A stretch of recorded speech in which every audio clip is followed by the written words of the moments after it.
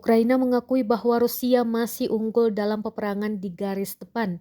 Pasukannya dianggap memiliki keunggulan dari berbagai lini, baik dari segi artileri, sistem udara, dan jumlah personel.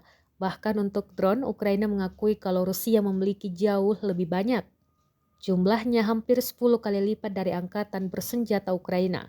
Komandan kru UAV Kara Nebesnaya dari Brigade keempat NSU Rubes Andrei Ochenas dalam siaran We Are Ukraine mengatakan banyaknya drone Rusia tersebut menjadi masalah bagi pasukan Ukraina. Pergerakan pasukan Kiev tidak bisa mudah karena sering diawasi oleh drone-drone Rusia yang berkeliaran.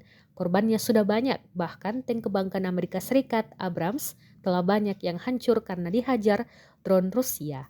Download Tribun X sekarang, menghadirkan lokal menjadi Indonesia.